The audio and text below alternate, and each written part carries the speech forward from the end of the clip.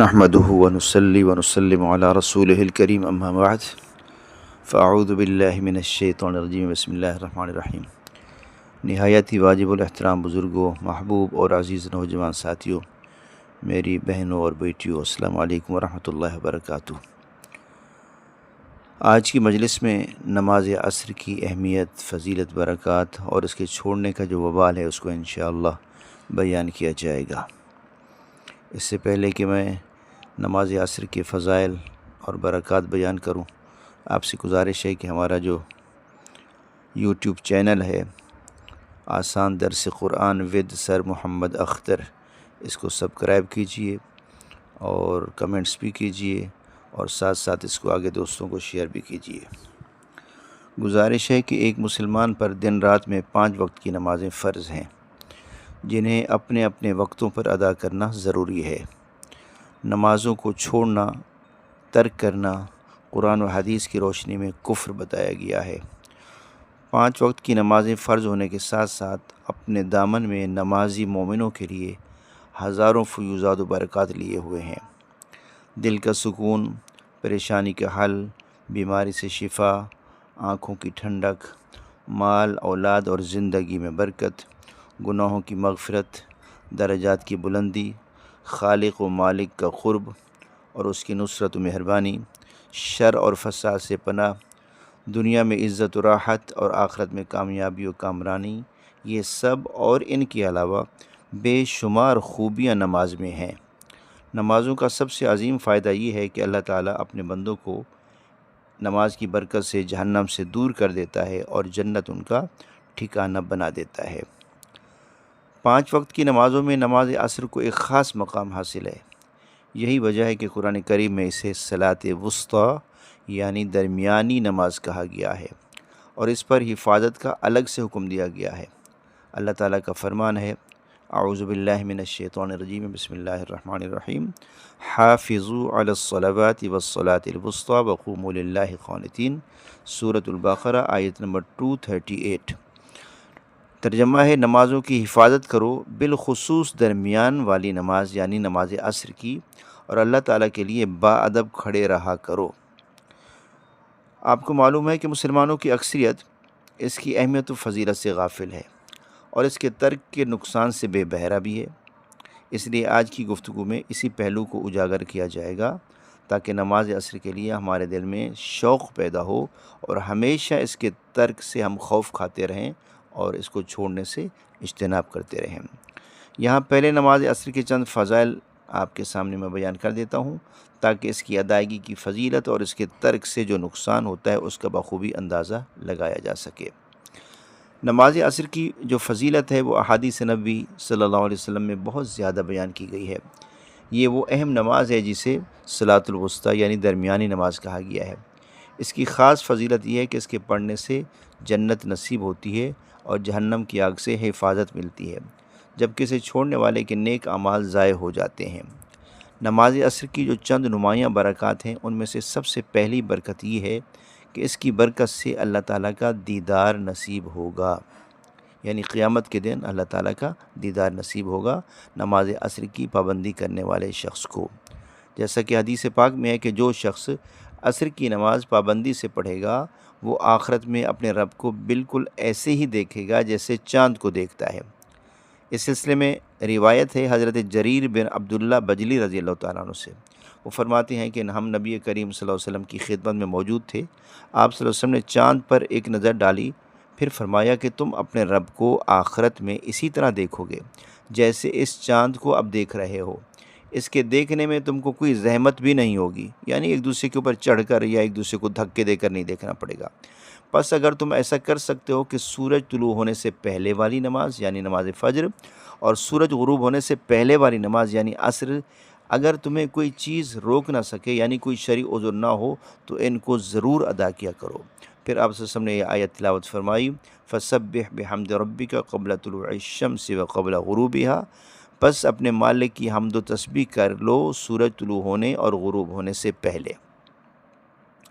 اس نماز کا جو دوسرا فائدہ وہ یہ ہے کہ نماز عصر ادا کرنے والوں کے لیے فرشتے اللہ کے یہاں گواہی دیتے ہیں۔ عصر اور فجر کے وقت دن اور رات کے فرشتے زمین پر جمع ہوتے ہیں اور اللہ تعالیٰ کے سامنے بندوں کے نیک اعمال کی گواہی دیتے ہیں، جیسا کہ حضرت ابو ہریرہ رضی اللہ تعالیٰ عنہ سے روایت ہے کہ رسول اللہ صلی اللہ علیہ وسلم نے فرمایا، رات اور دن میں فرشتوں کی ڈیوٹیاں بدلتی رہتی ہیں،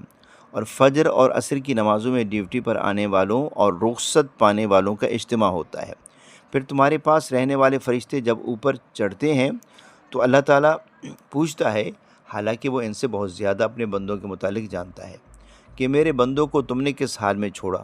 وہ جواب دیتے ہیں کہ ہم نے جب انہیں چھوڑا تو وہ فجر کی نماز پڑھ رہے تھے، اور جب ان کے پاس گئے تب بھی وہ عصر کی نماز پڑھ رہے تھے۔ اسی طرح حضرت عمارہ بن ربیہ ثقفی رضی اللہ عنہ سے روایت ہے، انہوں نے کہا کہ میں نے رسول اللہ صلی اللہ علیہ وسلم کو یہ فرماتے ہوئے سنا، لن یلج النار احد صلی قبل طلوع الشمس وقبل غروبها یعنی الفجر والعصر، صحیح مسلم۔ وہ شخص ہرگز آگ میں داخل نہیں ہوگا جو سورج نکلنے اور اس کے غروب ہونے سے پہلے نماز پڑھتا ہے، یعنی فجر اور عصر کی نمازیں۔ ویسے تو نماز جہنم سے نجات دلانے والی ہے ہی ہے، مگر یہاں فجر اور عصر کا ذکر خاص طور پر کر کے ان نمازوں کی خاص فضیلت پر کہہ سکتے ہیں کہ روشنی ڈال دی گئی ہے۔ ایک اور حدیث سے حضرت جابر رضی اللہ تعالیٰ عنہ سے روایت ہے کہ نبی صلی اللہ علیہ وسلم نے فرمایا، اذا دخل المیت القبر مسلت الشمس عند غروبها فیجلس یمسح عینیہ ویقول دعونی اصلی، صحیح ابن ماجہ۔ جب میت قبر میں پہنچتی ہے تو اسے سورج ڈوبتا نظر آتا ہے، وہ آنکھیں ملتا ہوا اٹھ بیٹھتا ہے اور کہتا ہے کہ مجھے چھوڑو، نماز پڑھ لینے دو۔ اس حدیث سے بھی معلوم ہوتا ہے کہ جب میت کو قبر میں دفن کر دیا جاتا ہے اور فرشتے سوال کے لیے اسے اٹھاتے ہیں تو مومن کو محسوس ہوگا کہ سورج ڈوب رہا ہے اور وہ نماز عصر سے سویا رہ گیا، اس لیے فرشتوں سے کہے گا، ہٹو، پہلے مجھے نماز عصر پڑھنے دو۔ جو لوگ دنیا میں نماز عصر کا اہتمام کرتے ہیں انشاءاللہ انہیں قبر میں بھی نماز کی فکر ہوگی، گو کہ وہاں نماز فرض نہیں ہوتی، وہاں نماز نہیں پڑھنی ہوتی، قبر میں کوئی نماز فرض نہیں ہے لیکن وہاں نماز کی فکر ضرور ہوگی۔ ایک اور حدیث ہے حضرت ابو موسیٰ اشعری رضی اللہ تعالیٰ عنہ سے روایت ہے کہ نبی کریم صلی اللہ علیہ وسلم نے فرمایا، من صلی البردین دخل الجنہ، صحیح مسلم،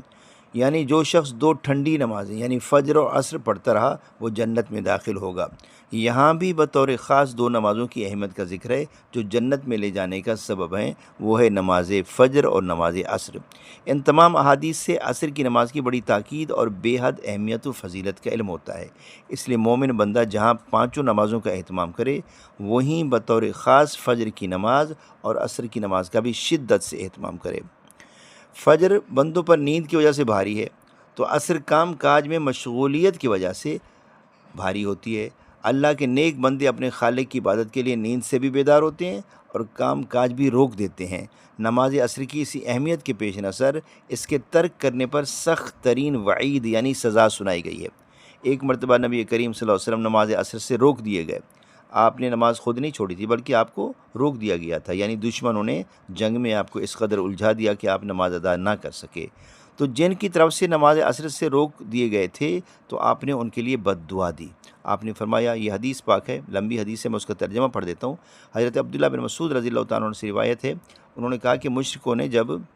جنگ میں حضور نبی کریم صلی اللہ علیہ وسلم کو مشغول رکھا تو رسول اللہ صلی اللہ علیہ وسلم کو عصر کی نماز سے روکے رکھا، یہاں تک کہ سورج سرخ یا زرد ہو گیا۔ تو رسول اللہ صلی اللہ علیہ وسلم نے فرمایا، انہوں نے ہمیں درمیانی نماز یعنی نماز عصر سے مشغول رکھا، اللہ تعالیٰ ان کی پیٹھوں اور قبروں میں آگ بھر دے، اللہ تعالیٰ ان کے پیٹوں اور قبروں میں آگ بھر دے، یا فرمایا اللہ تعالیٰ ان کے پیٹوں اور قبروں کو آگ سے بھر دے۔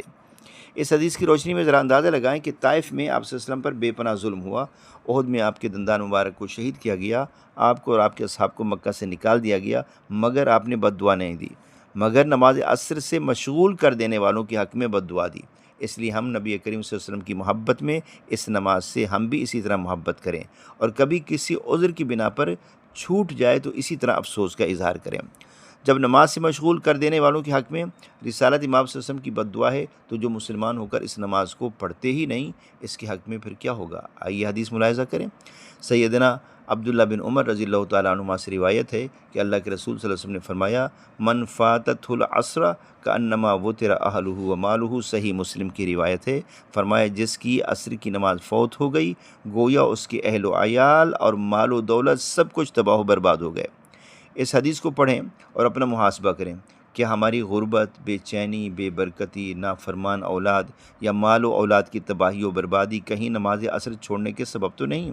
اگر نمازوں سے غافل ہیں تو اللہ کی طرف رجوع کریں اور 5 وقتہ نمازوں پہ محافظت کریں، بطور خاص نماز عصر کا اہتمام کریں۔ اس سے بھی زیادہ سخت وعید نماز عصر چھوڑنے والوں کے لیے ایک دوسری حدیث میں بھی ہے، جس میں ارشاد فرمایا گیا ہے، رسول اللہ صلی اللہ علیہ وسلم نے فرمایا، کنّا مع بریدۃ فی غزوۃ فی یوم ذی غیم فقال بکروا بصلاۃ العصر فإن النبی صلی اللہ علیہ وسلم قال من ترک صلاۃ العصر فقد حبط عملہ، صحیح مسلم، صحیح بخاری۔ صحابی کہتے کہ ہم بریدہ رضی اللہ تعالیٰ عنہ کے ساتھ ایک سفر جنگ میں تھے،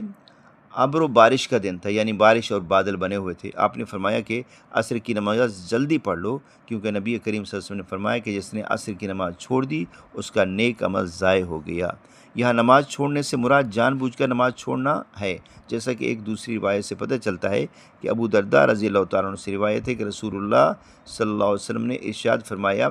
یہ بھی ایک لمبی حدیث ہے، اس کا ترجمہ ہے، سیدنا ابو بصرہ غفاری سے مروی ہے، وہ کہتے ہیں کہ رسول اللہ صلی اللہ علیہ وسلم نے ہمیں عصر کی نماز پڑھائی۔ جب آپ صلی اللہ علیہ وسلم اس سے فارغ ہوئے تو فرمایا، بے شک یہ نماز تم سے پہلے والے لوگوں پر بھی پیش کی گئی تھی، یعنی ان پر فرض کی گئی تھی، لیکن انہوں نے اس معاملے میں سستی برتی اور اس کو ترک کر دیا، یعنی اس کو چھوڑ دیا،